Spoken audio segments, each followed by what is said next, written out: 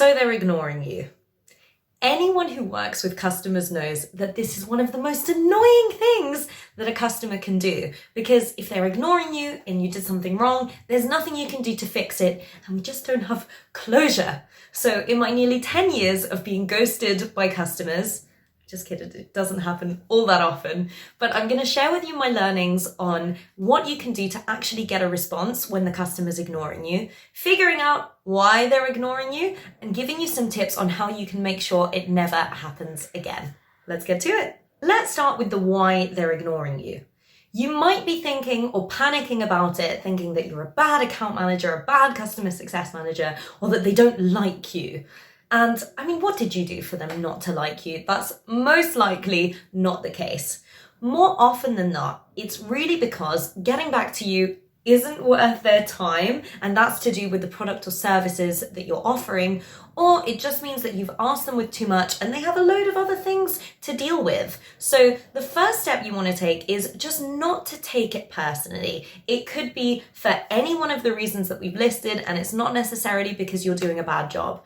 Great account managers get ghosted just as much. So don't take it personally. Step number 2, you want to try another medium. So if you've only been contacting via phone, have you tried an email? You might end up getting an out of office and figuring out that they've just gone on a long holiday they didn't tell you about, and you were stressing for nothing. Or for very simple reasons, people might have lost access to their mobile phone. It could have been stolen, or they could have lost access to their emails. So step 2 is to try another medium of contacting that person. The third step, and this is the most important, is if you've been ignored for a while and you've tried to get in touch for a while with the customer, what you want to do is send an email that is short and sweet and gets to the point. And that email needs to include these 4 things. Number 1, acknowledge the fact that they're probably innocent. So say, "Hi client, I know you probably have a lot on. Realize that you are unfortunately not the most important thing going on in their life. So they may have other things that they're working on and you might not be the priority, but your boss is grilling you, so you do have to get an answer." So number 1, acknowledge they're probably busy, they have a lot on. Number 2, in one line, be clear about what you want. So do you want to know whether they're going to be renewing their contract? Do you want to know if they're going to complete that upsell? Whatever it is, you have to get it into one line, because if you're asking them for a lot of information, they're already ignoring you and they probably already have too much on. So get clear into one sentence what it is that you want. So, "Hi client, appreciate you have a lot on. I'm getting in touch because I need to know whether you're going to be renewing your contract."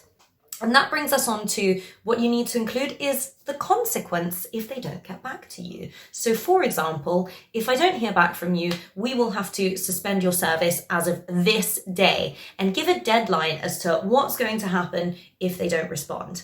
Now, what this might make you realize is it might not be that important a reason that you're getting in touch with them. If you can't put into one sentence what you want from the customer and what the consequence is going to be, do you even need to be speaking with them? Research has found that customers ideally want fewer conversations, and I know we love to build relationships, but if they're not talking to you, it's probably because there isn't an issue, because if there were a big issue, you would probably know about it straight away. So what are you asking for? What's the consequence going to be? And it's just a simple sentence to ask them for their response either way. Fine if you don't know yet, let me know what's holding that up. It would be great if you could let me know either way whether you'll be renewing or not. So that email is all of 4 sentences, not a big block of text explaining all of the reasons, but just those 4 sentences that you need to get across to get a quick answer. The pick up the phone, 10-second dance break.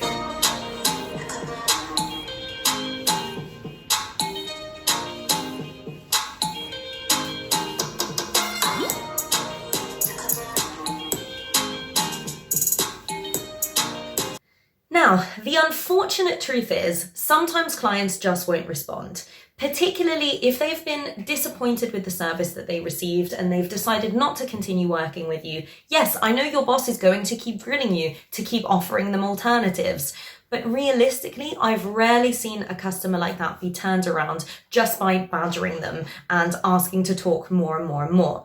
What you could do for a customer that you're trying to save is offer them an alternative.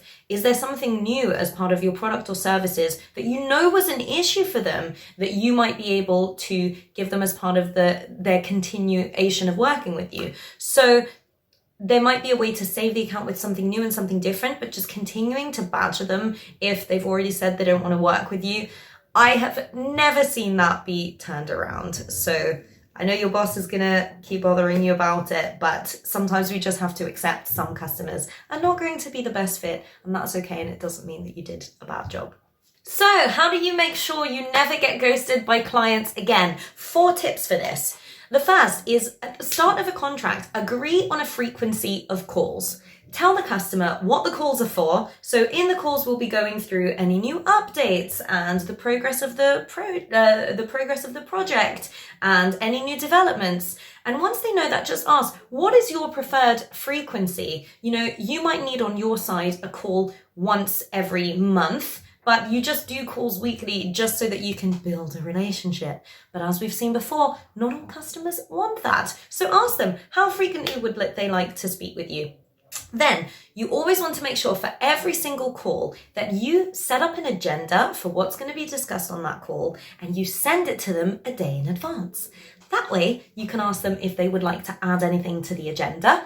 And it's also a bit of a reminder, because if they already knew that they're not really going to show up to that call and they didn't want to tell you about it, you're giving them that opportunity, because they could then say, oh, look, I've got a lot on. Can we cancel the meeting tomorrow? Because you've given them a nudge. But if they get to the day and they haven't seen the agenda and they're like, I don't even know what this call is for, I have a load of stuff to do, they won't show up. So send an agenda the day before, asking them if they'd like to add anything to it and giving them the chance to flake if they need to flake.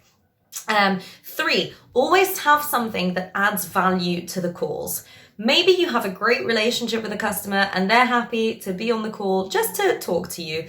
More often than not, people are busy, people have work to do. So what are you adding that's of value in the calls? And staying up to date with any changes that are happening in your industry, any events that are coming up, can give you talking points in your calls if you don't have something specific related to the project.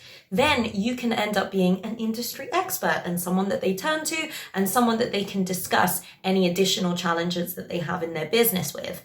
That's how you become valuable in your calls. And a good tip here is to also talk to your marketing team, because they'll probably be able to offer you good talking points for your calls.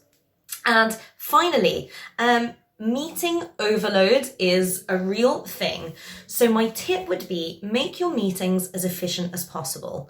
I know this is one of my pet peeves, but receiving a big block of text in an email with a whole load of stuff that you need to do is just not going to get prioritized in my eyes, and I'll probably ignore that for as long as possible. So make sure your meetings actually get the work done. If there are decisions to be made, if there's actual work to do, get on and do it in that half an hour that you have in the meeting. What that then means is your follow-ups can be short and simple, and people actually see the point of joining a meeting with you. You want to always follow up, but keep it short and sweet. The actual work should happen in your meetings and give the clients a reason to join. There you have it, the solution to never being ghosted again by a client. I mean, I can't guarantee that, but the chances are much, much less if you are following the tips. If you found this video helpful, my name's Eva Evangelou. I'm a career coach and customer success director, and I've got new career videos every Friday. So subscribe and hit the bell to make sure you're the first to know. Have a great week.